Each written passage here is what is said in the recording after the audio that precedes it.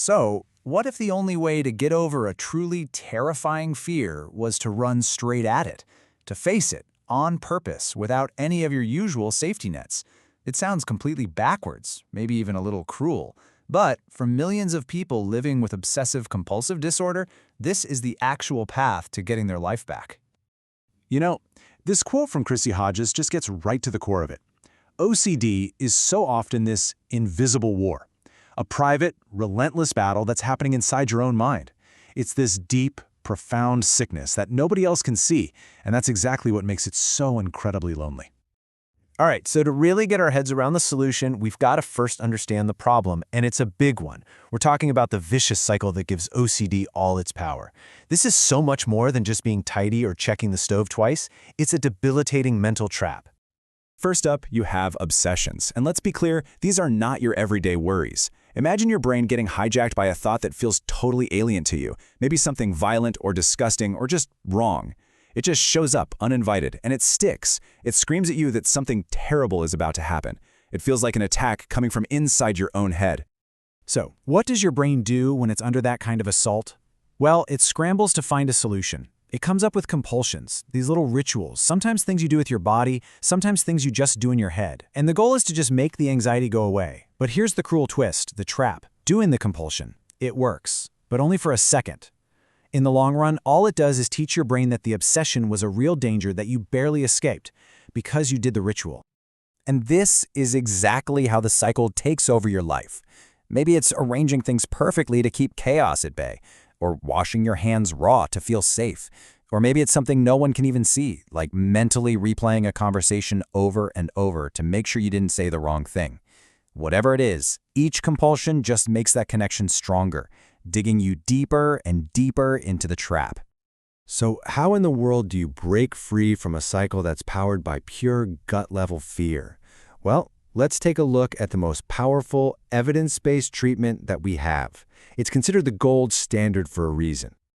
After decades of research, the science is just crystal clear on this.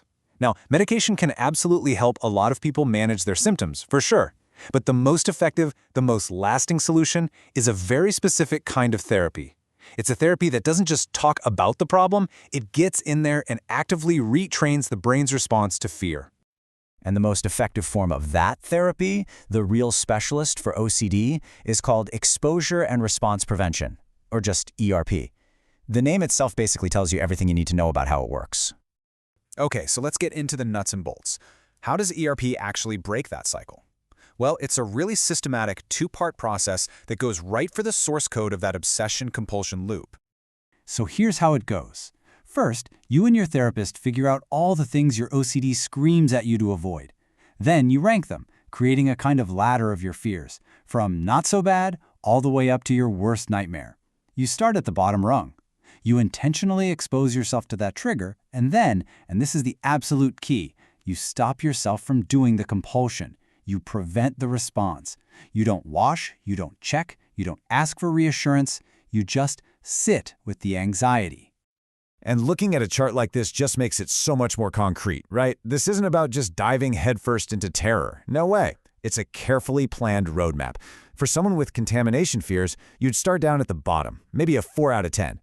Touch a doorknob, and then just don't wash your hands. And you do that over and over until your brain starts to realize, hey, nothing bad is happening. And only then, when the anxiety naturally drops, do you even think about moving up to the next step. Now, ERP has two main tools in its toolbox. The first is in vivo exposure. That's just a fancy way of saying in real life. That's the touching the doorknob part. But what about fears you can't really test? Like the fear that you might harm someone or that you're a terrible person.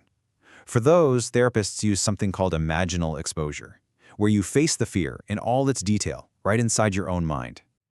And this brings us to the absolute heart of why ERP is so hard, but also where its real power comes from. It asks you to do the exact 100% opposite of what every single instinct in your body is screaming at you to do. Just to give you a sense of how intense this can be, this is a real example of an imaginal exposure script.